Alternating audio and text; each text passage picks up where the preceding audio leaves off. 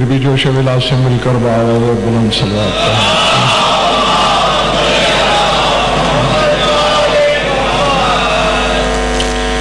توجہ ہے، بات شروع کی جائے۔ جیسا کہ شاکر بھائی نے اعلان کیا ہے، میں نے 10 بجے بیٹھنا ہے، چاہے صرف شاکر سامنے ہو۔ سورہ بنی اسرائیل سے شہرائے آفاق آیت کو بطور عنوان تلاوت کرنے لگا ہوں۔ وَنُنَزِّلُ مِنَ الْقُرْآنِ مَا هُوَ شِفَاءٌ وَرَحْمَةٌ لِّلْمُؤْمِنِينَ وَلَا يَزِيدُ الظَّالِمِينَ إِلَّا خَسَارًا۔ فرمایا ہم قرآن میں سے وہ چیز نازل کرتے ہیں،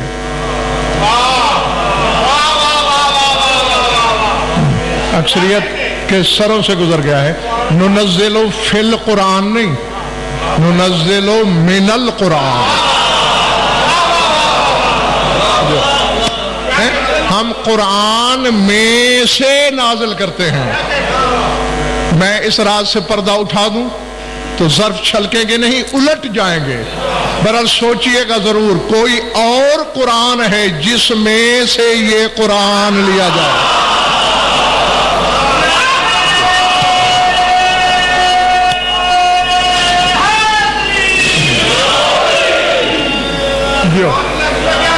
سمجھ آگئی بات؟ وَنُنَزِّلُ مِنَ الْقُرْآنِ، ہم نازل کرتے ہیں، اور نقوی صاحب یہ فعل مضارع ہے، اور کرتے رہیں گے، من القرآن، قرآن میں سے کیا چیز؟ ما ہوا شفاء ورحمۃ للمومنین، جو مومنین کے لیے شفا بھی ہے اور رحمت بھی۔ ولا یزید الظالمین الا خسارا، اور یہی قرآن ظالمین کا خسارہ بڑھا دیتا ہے۔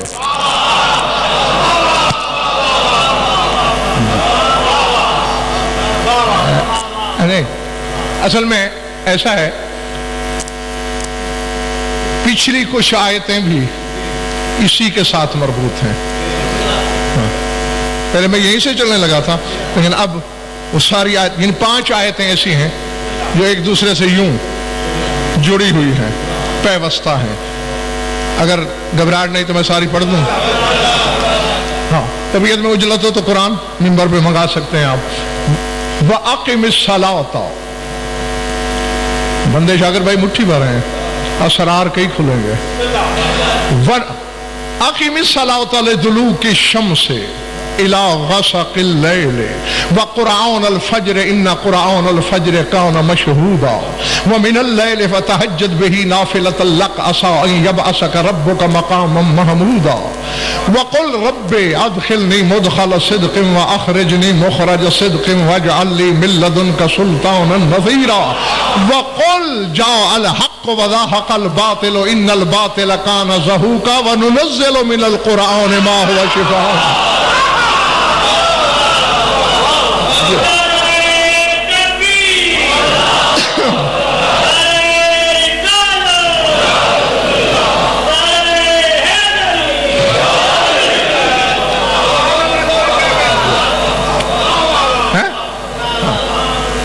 اکثریت پہنچ گئی، لیکن ورنہ میں نے اپنا منصب بھی بغیر نقلی نبھانا ہے۔ قائم کرو نماز لِدُلُوكِ الشَّمْسِ إِلَى غَسَقِ اللَّيْلِ، زوال آفتاب سے لے کر رات ڈھلے تک۔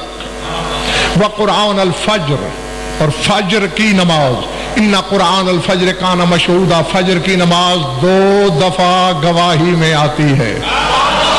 رات والے فرشتے جن کی ڈیوٹی ختم ہوتی ہے وہ جاتے ہوئے لکھتے ہیں، دن والے آ کے لکھتے ہیں۔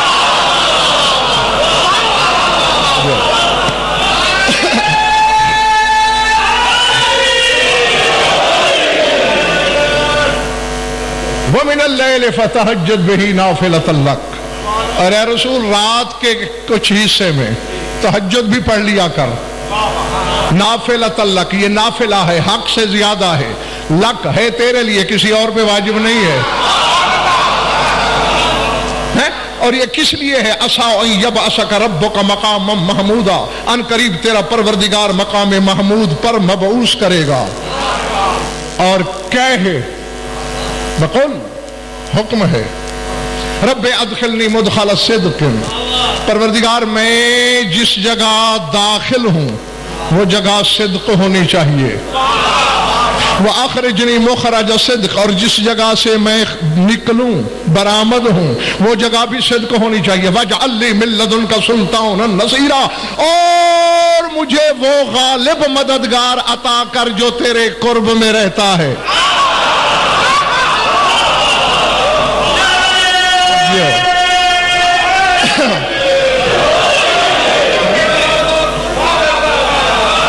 سمجھ میں آ رہی بات جو نہیں؟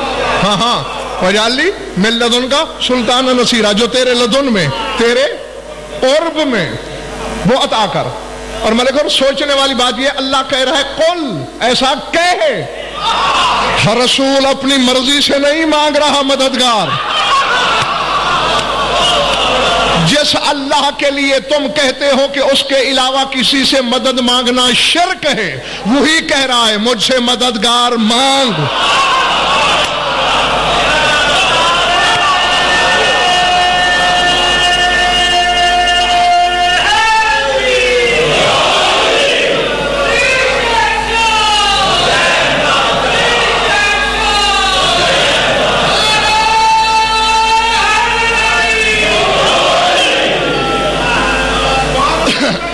گھبراہٹ تو نہیں ہو رہی ہے دوستو؟ ہاں، وقل، اور یہ بھی کہے، جاگیے گا، ہاں بالکل جوڑتے آئیے ورنہ بے ربط ہو جائے گی ساری بات۔ وقل جاء الحق وزهق الباطل ان الباطل کان زہوقا، اور یہ بھی کہو حق آیا باطل گیا۔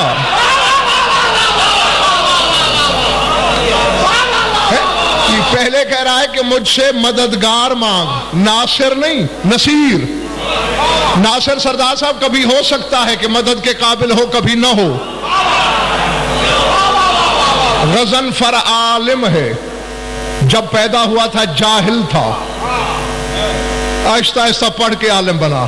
اللہ عالم نہیں، علیم ہے، جب سے ہے عالم ہے، جب تک رہے گا ہے۔ تو یہ وہ مددگار ہے، جب سے ہے مدد کرتا ہے، ظاہر ہو تو بھی کرتا ہے، چھپا ہوا ہو تو بھی کرتا ہے، اور جب تک رہے گا کرے گا۔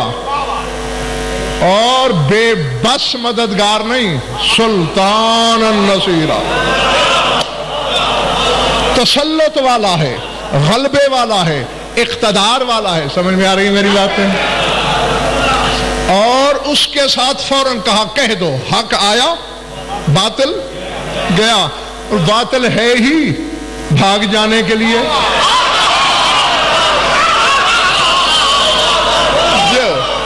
جو ان الباطل کان زہوقا، باطل تو یقیناً ہوتا ہی بھاگ جانے کے لیے ہے۔ وَنُنَزِّلُ مِنَ الْقُرْآنِ مَا هُوَ شِفَاءٌ وَرَحْمَةٌ لِلْمُؤْمِنِينَ، اور ہم قرآن میں سے نازل کرتے ہیں وہ چیز جو شفا بھی ہے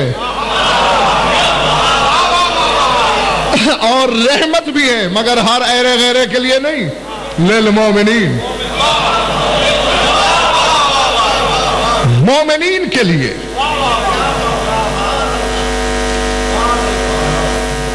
پہلے اللہ نے شاکر بھائی نمازوں کے اوقات بتائے۔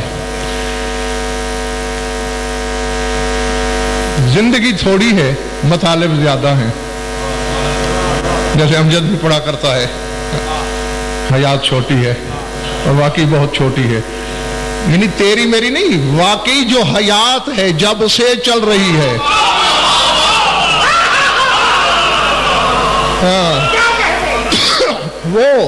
وہ چھوٹی ہے۔ حالانکہ علی کا ذکر زمان و مکان سے پہلے ہو رہا ہے۔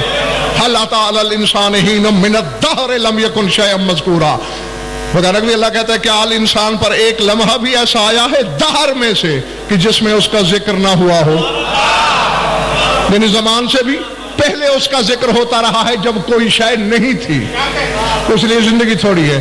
اب کیا کیا بتاؤں، نماز، مولوی صاحبان میں اپنے شاگردوں سے مخاطب ہوں، آپ لوگوں سے نہیں۔ قرآن کے ساتھ دنیا بہت کھیلتی ہے، پڑھتا ہر کوئی ہے، اور نقوی صاحب میں اکثر کہا کرتا ہوں قرآن تلاوت کے لیے آیا ہی نہیں۔ ہاں، اللہ کو قطعی یہ چاہت نہیں تھی کہ وہ ہماری سریلی آوازیں سنے، وہ اپنی زبانوں سے قرآن سن چکا ہے۔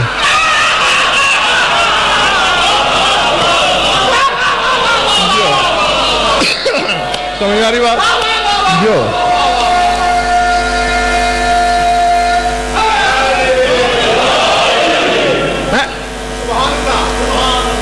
تو پھر ایسے علماء اہل سنت نے لکھا کہ تمہارے امام ششم نماز پڑھ رہے تھے،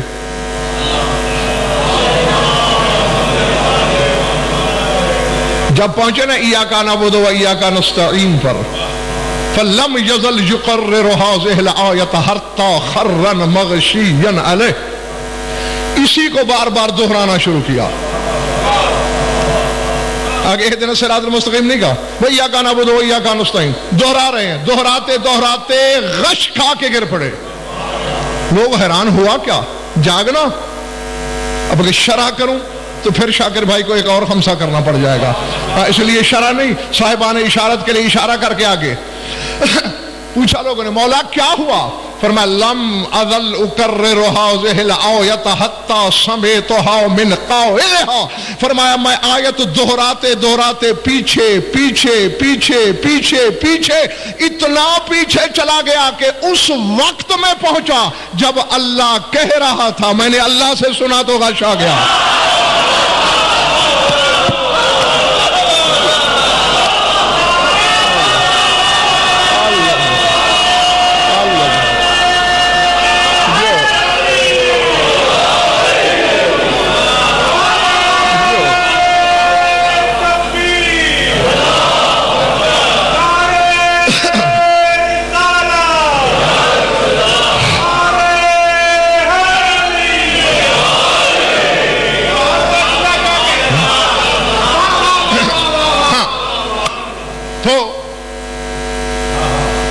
قرآن پڑھنے والے اللہ نے دیکھ رکھے ہیں، انہیں تیرے میرے قرآن کی ضرورت کیا ہے؟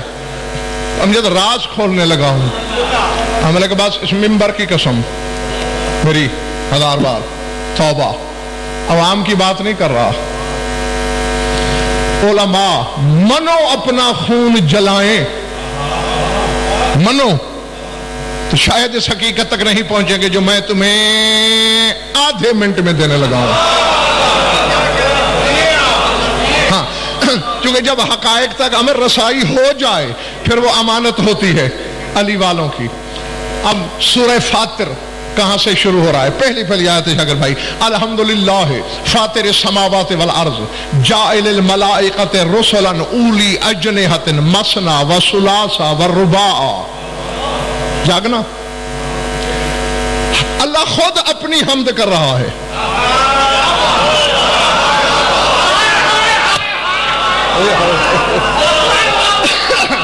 جی جی جی، یہاں مخلوق حمد نہیں کر رہی، وہ خود کہہ رہا ہے الحمدللہ الذی، ہر حمد ہے اس اللہ کے لیے جس نے کیا کیا؟ فاطر السماوات والارض، جس نے بغیر کسی نمونے کے ساتوں آسمان اور زمینیں ایجاد کی، جاعل الملائکۃ رسلا، اور جو فرشتوں کو قاصد بنا کے بھیجتا ہے۔ اب یہیں پہ توجہ کی مجھے ضرورت ہے، اولی اجنحۃ، مختلف پروں والے فرشتوں کو میں قاصد بنا کے بھیجتا ہوں۔ کون کون؟ مثنا، 2 پروں والے، ثلاثا، 3 پروں والے، رباع، 4 پروں والے۔ اور مولوی صاحبان یہاں آ کے پر کی بات میں ایسی بے پر کی اڑاتے ہیں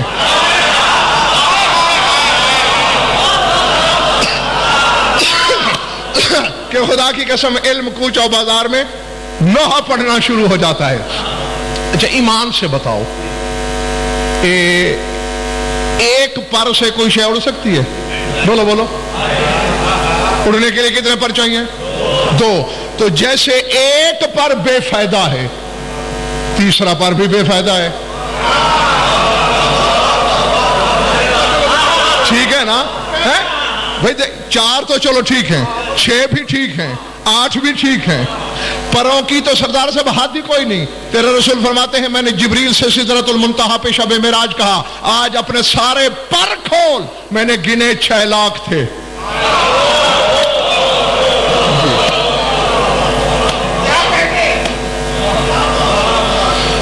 اب اللہ جانے کہ ریت میں دھنس جائیں گے موتی یا کیا ہوگا, پر ہے تحفہ صاحبان اشارت کے لیے.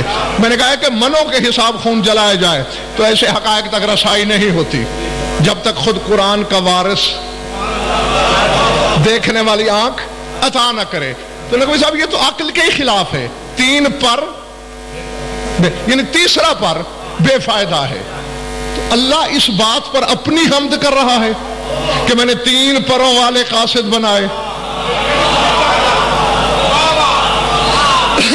رسول نے ملک اور ایک اشارہ چھوڑا, الصلاۃ معراج المومن, نماز مومن کی معراج ہے.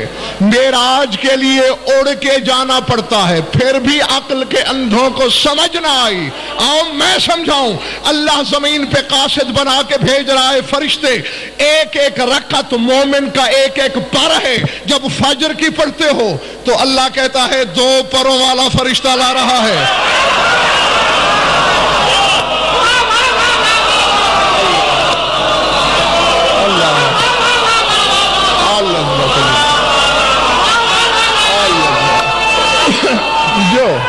جو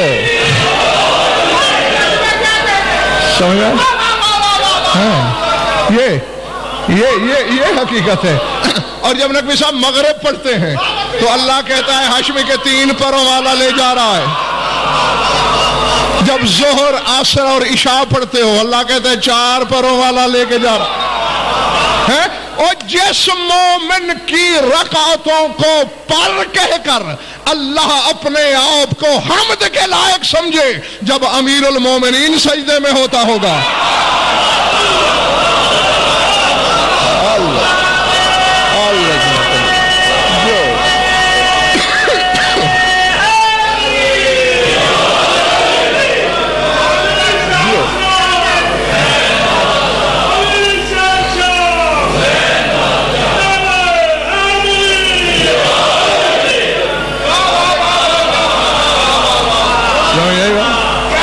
سمجھ میں آئی بات؟ اور یہی دیکھ لو یہ راز کھلا مسنا و ثلاثہ و رباع. اللہ نے 3 قسم کے پروں کا جعفر تہذیب تذکرہ کیا ہے. 2 پر, 3 پر, 4 پر. اور یہی کچھ وہاں کہہ رہا ہے اقم الصلاۃ لدلوک الشمس الی غسق اللیل وقرآن الفجر. نماز قائم کرو زوال آفتاب سے لے کر رات ڈھلے تک اور فجر والی نماز. نمازیں 5 وقت 3 گنائے.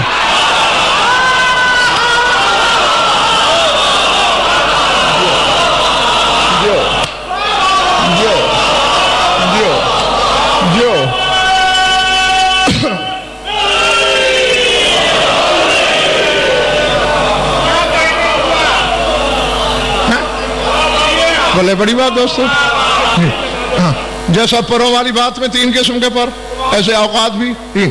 تو یہ کہہ کر پھر رسول سے کہا مجھ سے سلطان النصیرہ مانگ. اور پھر یہ کہا کہ کہو حق آیا باطل گیا. اور باطل تو ہے ہی بھاگ جانے کے لیے. اب یہ بھی مجھے ہی پھول یاد دلانا پڑے گا اپنے سامعین کو. میں صرف شیعہ تفسیروں کی بات نہیں کر رہا, برادران اہل سنت کی کتابوں کی ضمانت لے رہا ہوں اور برسر ممبر کہ ان کے بھی بعض علماء نے یہ لکھا ہے نزلت هذه الآیۃ فی علی ابن ابی طالب. اس آیت میں حق سے مراد شوہر بتول ہے.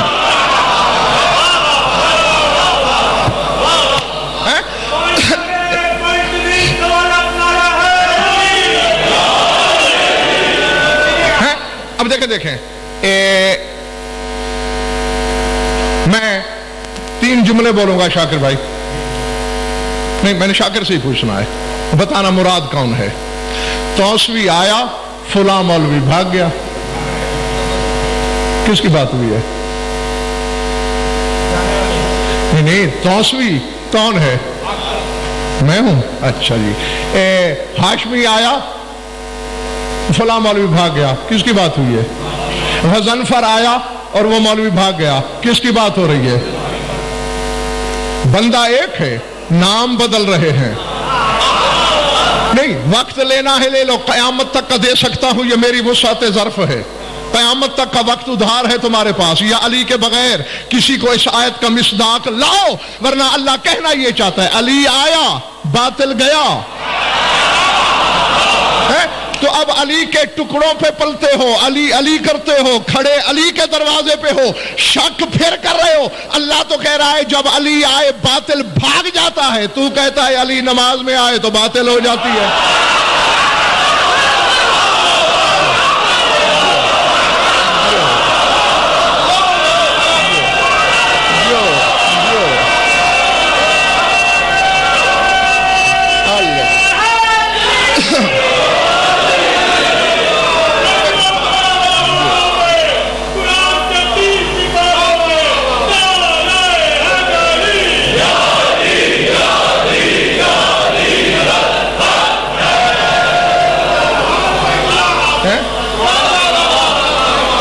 سمجھ میں آ رہی بات یا نہیں؟ اللہ کہہ رہا ہے کہ علی آئے تو باطل، اور تم الٹ کہہ رہے ہو، پھر بھی دعویٰ ہے کہ ہم شیعہ ہیں۔ نقوی صاحب میں ایک زیارت کا جملہ پڑھتا ہوں اور پھر آپ لوگ مجھے بتائیں گے کہ مراد کیا ہے۔ السلام علی امناء الرحمن و شرکاء القرآن، رحمان کے امینوں پر سلام، قرآن کے شریکوں پر سلام۔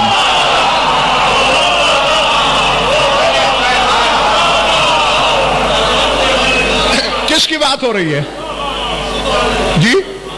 14، چلو پھر بھی میرا اپنا ہی بچہ بولا ہے، آپ کو بولنے کی بھی توفیق نہیں ہوئی۔ 14 کی بات ہو رہی، یہ زیارت جامعہ کی شکل ہے، یعنی جب سب کی زیارت ملا کے پڑھتے ہیں، جب اکیلے امام زمانہ کے پڑھتے ہو تو السلام علیکہ یا شریک القرآن، وہ ایک ہے۔ جب سب کو کہتے ہو تو پھر شرکاء القرآن، شریک کی جمع شرکاء۔ تو اب شریک کیا ہے؟ اللہ نے عامر اپنا شریک نہیں بنایا، اسی لیے تو کہا کرتے ہیں شریکوں سے بچا کرو۔ شریک اچھے ہوتے تو اللہ اپنا نہ بناتا۔ ہاں شریک کبھی اچھا نہیں ہوتے۔ تو کیوں نہیں بنایا؟ اس لیے کہ اگر کوئی اس کا شریک ہوتا تو پھر وہ بھی اسی جیسا ہوتا۔ ذات میں، صفات میں، افعال میں، احوال میں، حقیقت میں، کنہوں میں جو وہ ہے، شریک بھی وہی ہوتا۔ تو اب یہ ہے قرآن کے شریک، تو جو ذات قرآن کی وہ ان کی، جو صفات قرآن کی وہ ان کی، جو احوال قرآن کے وہ ان کے۔ اگر قرآن پیدائش سے گزرا ہے تو یہ بھی پیدا ہوئے ہیں۔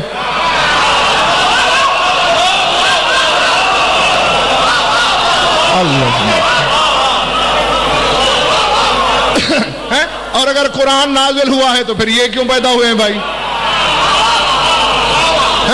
اگر کائنات مل کر قرآن کی مثل نہیں لا سکتی،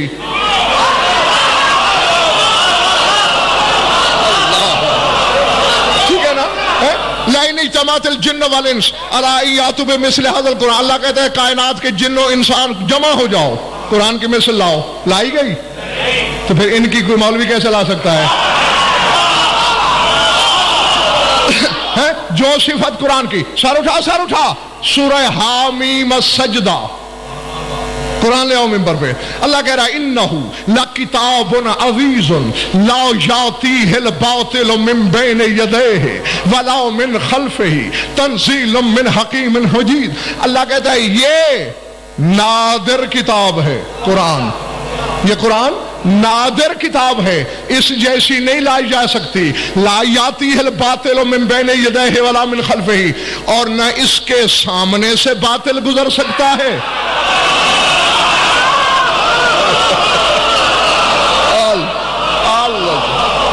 پلے پڑ رہی ہے میری بات؟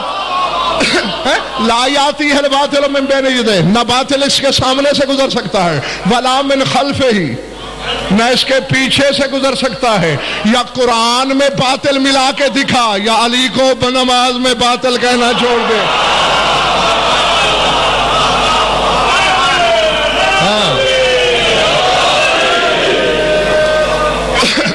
پلے پڑ رہی ہے میری بات؟ ہاں. اور جو بعد میں آئے ہو سن لو، میں 10 بجے بیٹھ جایا کرتا ہوں.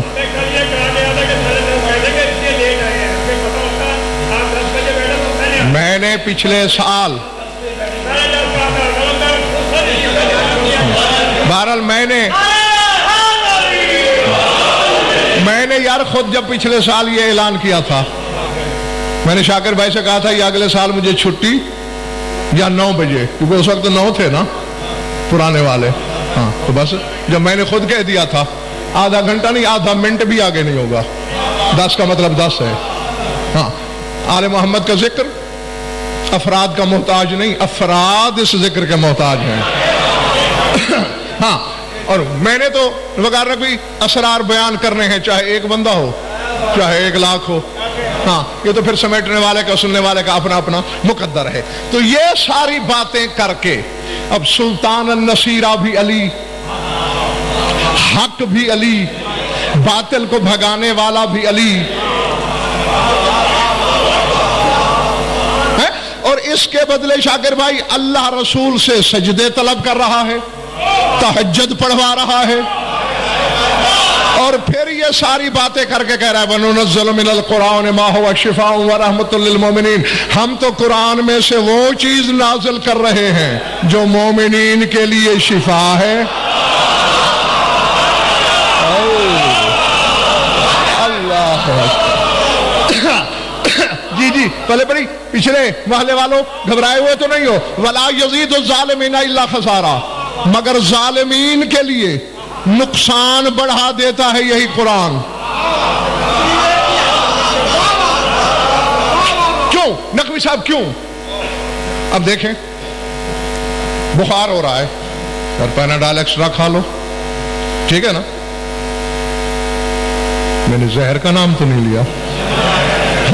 تو پریشان کیوں ہو گئے؟ کبھی نہیں کھائی پیناڈال؟ کھائیے نا، تو پھر صحیح دوائی بتائی نا.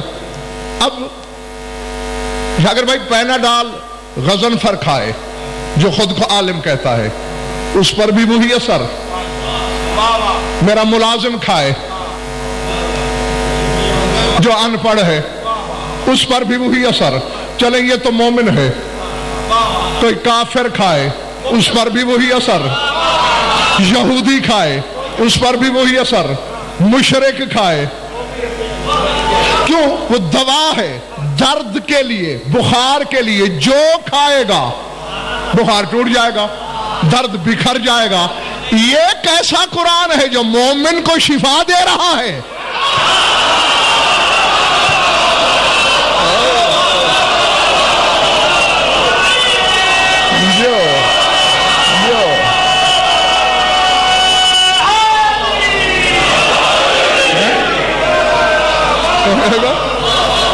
اور ظالم کے لیے خسارہ بڑھا رہا ہے. اور دیکھو قابل غور ہے مولویوں، یہ بات قابل غور ہے.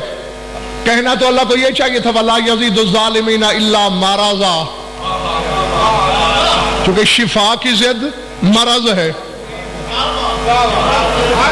تھک گئے ہو تو چھوڑ دوں.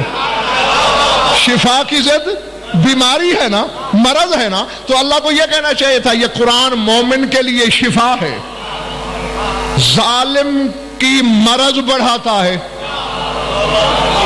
یہ نہیں کہا، کہا وَلَا يَزِيدُ الظَّالِمِينَ إِلَّا خَسَارًا. ہاں 5 دن آپ نے حقیقت شفا کو سننا ہے اور پتہ نہیں کس کس مرحلے سے گزرنا ہے. مومن کے لیے شفا بھی اور رحمت بھی ذہن میں رکھ لینا نبی صاحب یہ وہ شفا ہے جسے رحمت سے بھی پہلے گنا گیا ہے.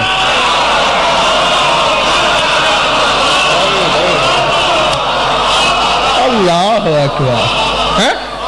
ننزل من القرآن ما هو شفاء و رحمت. رحمت بعد میں، شفا پہلے. یعنی رحمت سے بڑی چیز ہے یہ کوئی؟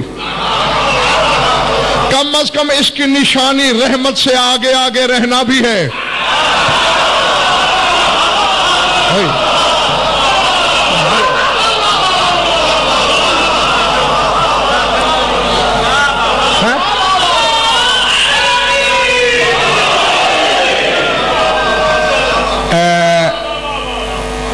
بھائی میرے، اگر کل رات جاگتے رہے ہو تو بہتر ہے گھر جا کے سو جاؤ.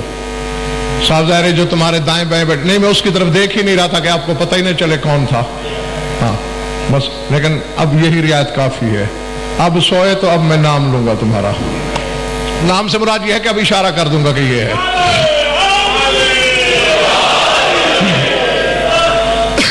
بات کہاں تھی؟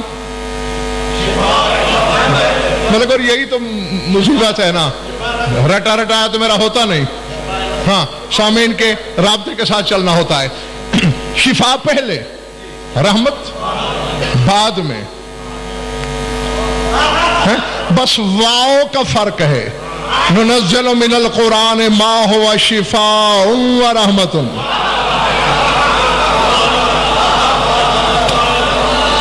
اب واؤ حرف ہی ہے نا، الف سے یہ تک 28 حروف تہجی ہیں. کچی پہلی پڑھانے والا استاد بھی یہ حرف پڑھا دیتا ہے، لیکن خدا کی قسم انہی حرفوں کو علماء نہیں سمجھے، حقائق کو کیا سمجھیں گے؟ حرف اللہ نے بنائے ہیں اور کسی مقصد کے لیے بنائے ہیں. واؤ حرف ہویت اور حرف غیبت ہے. لوگ سمجھتے ہیں کہ ہے یہ آنکھوں والی ہے، یہ ہلال والی، یہ حرف غیبت ہے. نہیں، ہے حرف اشارت ہے. اسی لیے تو اسی کے ساتھ ضمیر لگتی ہے. ہاذا ہاذا ہاذا من کنت مولاہ فہاذا. ہا اشارے کے لیے ہے، واؤ غیبت کے لیے ہے. جب اسے ہائے کے ساتھ واؤ لگ جائے تو پھر ہوا بن جاتا ہے. جو ہاں جی، بس اسی واؤ کا فرق ہے شفا اور رحمت میں. اور ظالمین کے لیے خسارہ بڑھ جاتا ہے. ایک بات تو سمجھ میں آئی کہ مومن کے لیے نفع ہے، کیونکہ خسارے کی ضد نفع ہے. اور اس کے لیے پھر اشرا چاہیے یہ بتانے کے لیے کہ نفع کیا ہے یا کیا کیا چیز نفع ہے. ہاں، تم تو اس چیز کو نفع سمجھ کے بغلیں بجاتے ہو نا. 1000 کی لی تھی 1200 کی بیچ دی، یا زیادہ ایمانداری کی تو 1000 کی لی تھی اور 2000 کی بیچ دی. لیکن اللہ کے ہاں یہ نفع نہیں ہے. ہاں، اللہ تو کہتے ہیں حل ادلکم، سورہ صف کی آیت ہے، حل ادلکم علی تجارت تنجیکم من عذاب علیم. میں تمہیں وہ تجارت بتاؤں جو تمہیں جہنم کی آگ سے بچا لے.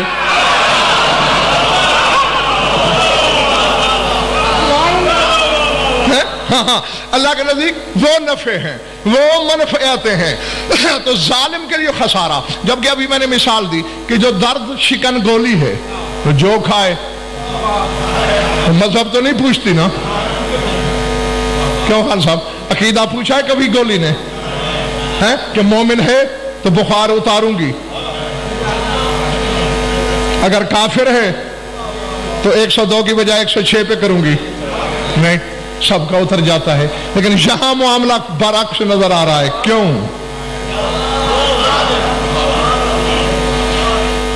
آپ بھی شاید تھک گئے.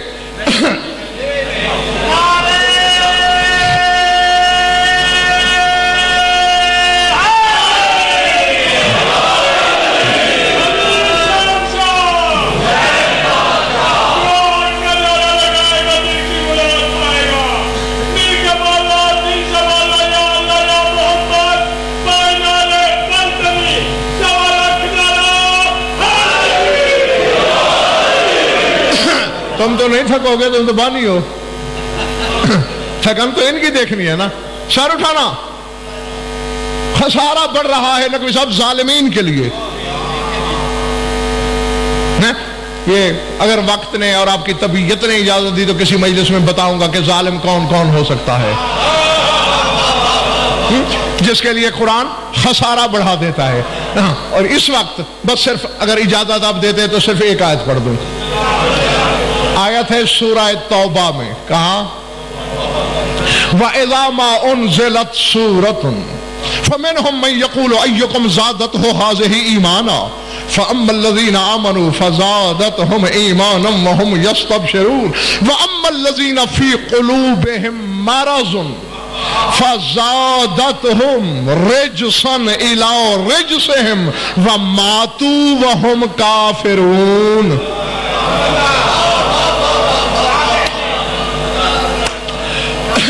اللہ کہتے ہیں جب بھی قرآن کی کوئی سورت نازل ہوتی ہے فَمِنْهُمْ مَنْ يَقُولُ، اے رسول تیری محفل میں بیٹھنے والوں میں کچھ ایسے بھی ہیں جو یہ کہتے ہیں اَيُّكُمْ زَادَتْهُ هَٰذِهِ إِيمَانًا، اوے اس سورت نے تم میں سے کسی بندے کا ایمان بڑھایا؟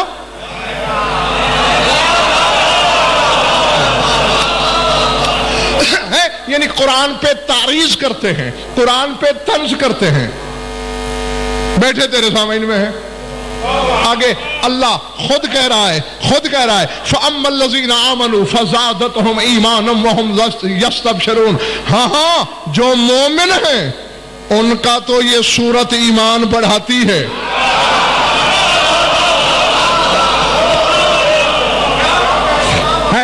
ایک تو یہ شاکر بھائی پتہ چلا کہ ملک اور ایمان گھٹ بھی سکتا ہے بڑھ بھی سکتا ہے، ورنہ اللہ یہ نہ کہتا کہ ایمان والے جو ہیں ان کا ایمان بڑھایا اس نے.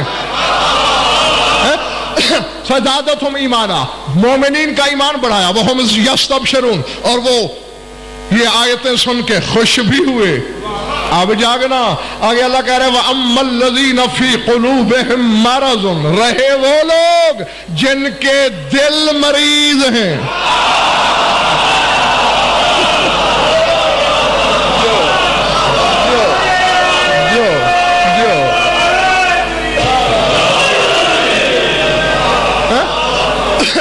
اما الذین فی قلوبہم مرض، جن کے دلوں میں مرض ہے. تو پھر کیا ہوتا ہے؟ سر اٹھانا. فَزَادَتْهُمْ رِجْسًا إِلَىٰ رِجْسِهِمْ. تو پھر یہ آیت ایسے مریضوں کا رجس بڑھا دیتی ہے.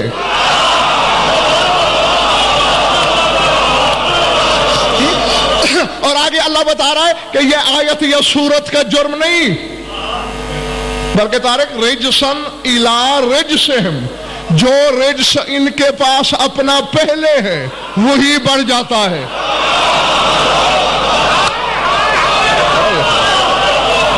اللہ اللہ اکبر، العظمت للہ. سمجھ میں آ رہی میری بات دوستو یا نہیں؟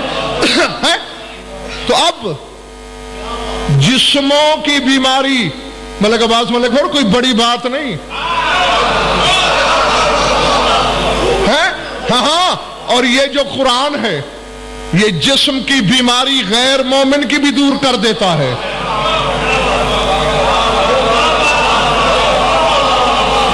یہ روحانی اور قلبی بیماری ہے جو مومن کی تو دور ہوتی ہے، لیکن جو پہلے سے دل کے مریض ہیں ان کا مرض نہیں، رجس بڑھ رہا ہے.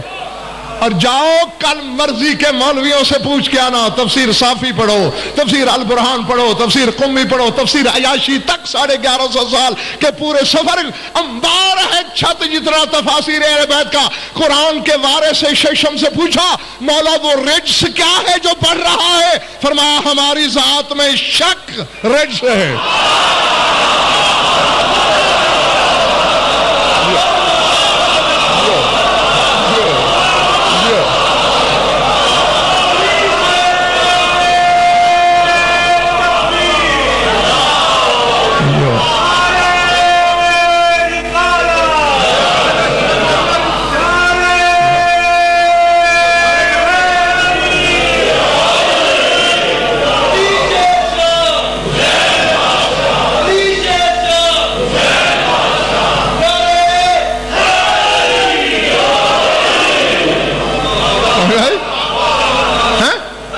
رجس ہم میں شک کرنے کا نام ہے.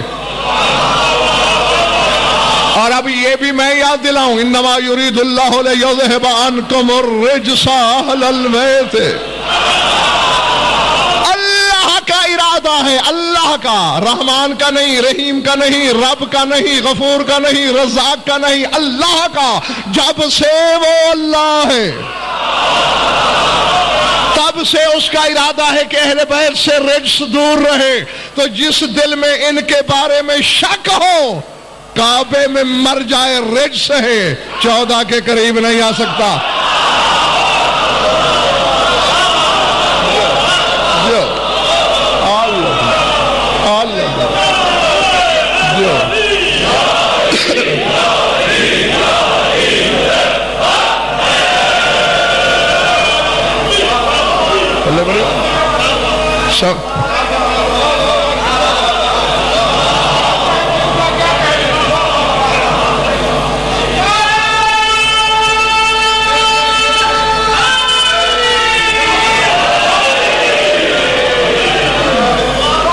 سمجھے ہیں؟ اب ایک تعریف تو ظالم کی خود بخود آپ لوگ سمجھ گئے ہوں گے، جو ان میں شک کرے وہ ظالم ہے، وہ رجس ہے. اور ملک قرآن الٹا اس کا رجس بڑھا رہا ہے.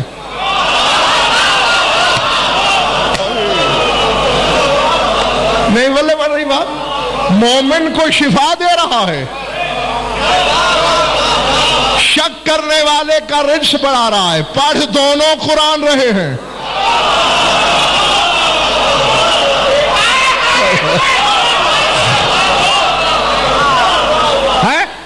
اب وہ حدیث نبوی ملک اور سمجھ میں آ جانی چاہیے.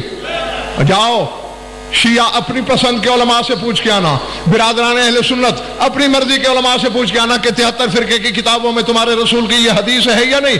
رسول فرماتے ہیں رب تعلل للقرآن والقرآن یلعنہ. کتنے قاری قرآن کے ایسے ہیں، وہ قرآن پڑھتے ہیں، قرآن ان پہ لعنت کرتا ہے.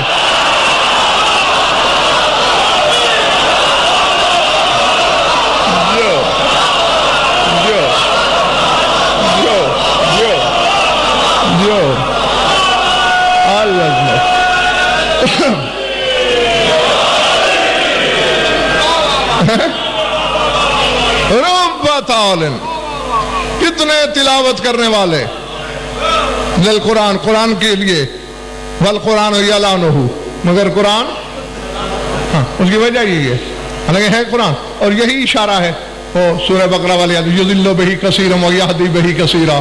اللہ کہتے ہیں کثیر لوگ قرآن پڑھ کے ہدایت پا گئے، کثیر لوگ قرآن پڑھ کے گمراہ ہو گئے.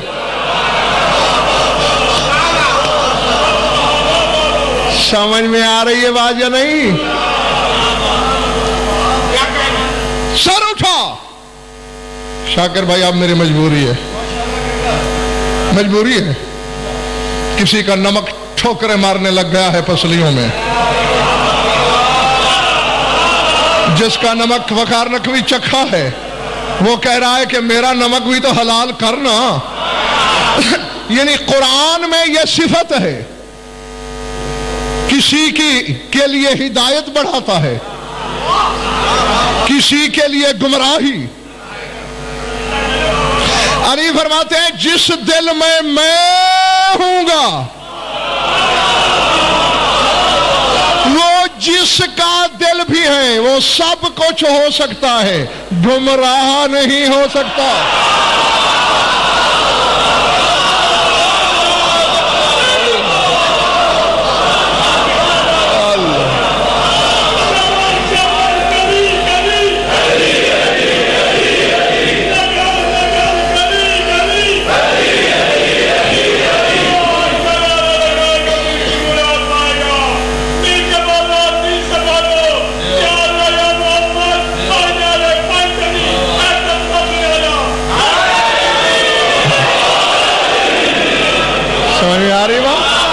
سمجھ میں آ رہی بات یا نہیں ہے؟ قرآن کہتا ہے کہ میں شک والے کی گمراہی بڑھاؤں گا. علی کہتا ہے اگر شک والے کے بھی میں دل میں ہوں، بشرطے کہ دل میں وہ مجھے اتار لے. شک بھی نکال دوں گا، میرا کام ہی بت شکنی ہے۔ جیسے اللہ کے گھر کے بت توڑے تھے، یہاں شک کے بت بھی توڑ دوں گا اور گمراہ بھی نہیں ہوگا۔ یا علی بڑی بات ہے، قرآن سے بڑھ گئے۔ سار اٹھانا، نہج البلاغہ تک کو پڑھ لینا۔ علی فرماتے ہیں اذ نبت میں ہوں، میری اولاد پھر حجت خدا ہے۔ لن یہلک من استظل تحت رایتنا، جو بندہ ہمارے علم کے سائے کے نیچے آ جائے وہ بھی ہلاک نہیں ہو سکتا۔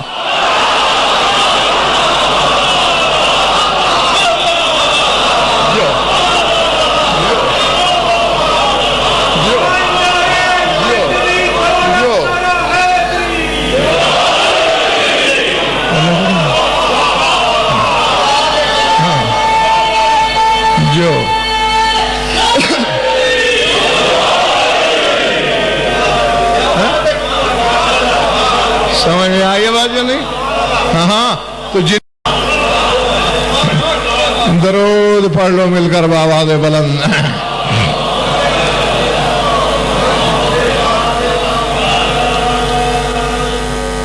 کچھ لطف آیا یا وقت ضائع ہوا؟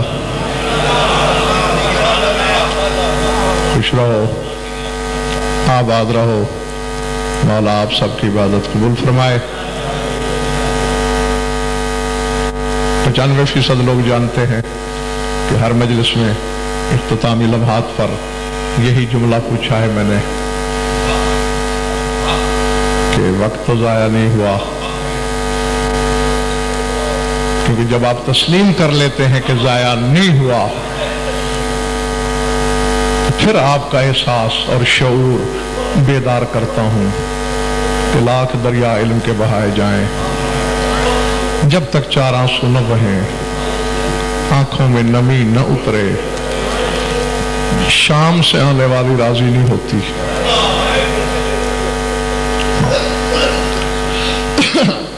ذات واجب کی قسم منبر پہ کہہ رہا ہوں اور مصائب کے لمحات میں کہہ رہا ہوں، غم شبیر میں بہنے والے آنسو کی اگر حقیقت پہ میں بحث شروع کروں، کم از کم 10 اشرے چاہیے مجھے، 100 مجلس، پھر جا کے آپ کو پتہ چلے گا کہ اس آنسو کا جوہر کیا ہے، اس کی خاصیت کیا ہے، اس کی قیمت کیا ہے، یہ بنتا کہاں سے ہے، نکلتا کیسے ہے، اور آنکھوں سے ٹپک جانے کے بعد جاتا کہاں ہے۔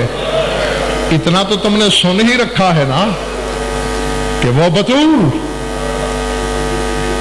جس کی چادر کو آدم سے عیسیٰ تک 1,24,000 نبی نہیں چھو سکتے، وہ اپنے رومال میں حبداروں کے آنسو جلب کر لیتی۔ اللہ اکبر۔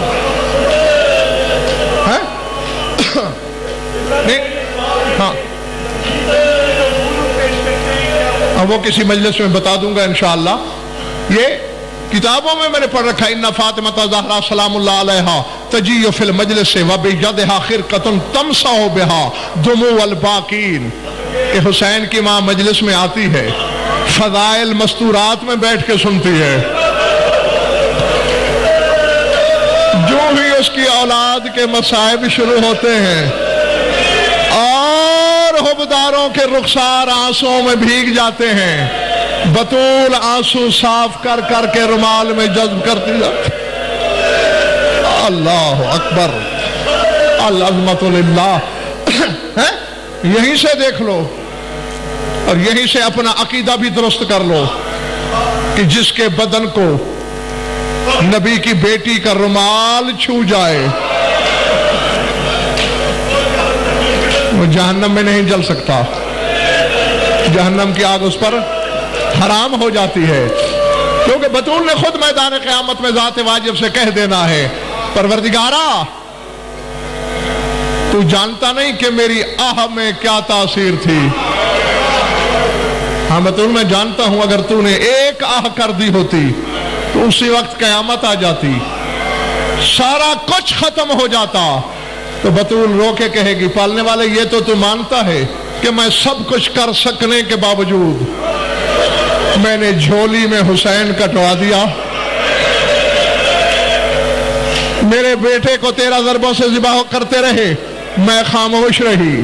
پالنے والے میری زینب کی چادر سر سے اتارتے رہے، اللہ اکبر، میں خاموش رہی۔ میری معصومہ بچی کو تماچے مارتے رہے، میں خاموش رہی۔ میری بیٹیاں شرابیوں کے دربار میں پہروں کے حساب سے کھڑی رہیں، شرابی کرسیوں پہ بیٹھے رہے، میں خاموش رہی۔ پالنے والے کل میں خاموش تھی، آج عزاداروں کے لیے تجھے خاموش رہنا پڑے گا، کیونکہ عزادار دھوپ میں کھڑے ہیں۔ وہ دیکھ میرا حسین بے چین ہو رہا ہے، وہ دیکھ سکینہ کا بابا اضطراب کا شکار ہے۔ وَسَيَعْلَمُ الَّذِينَ ظَلَمُوا أَيَّ مُنْقَلِبٍ يَنْقَلِبُونَ أَلَا لَعْنَةُ اللَّهِ عَلَى الْقَوْمِ الظَّالِمِينَ۔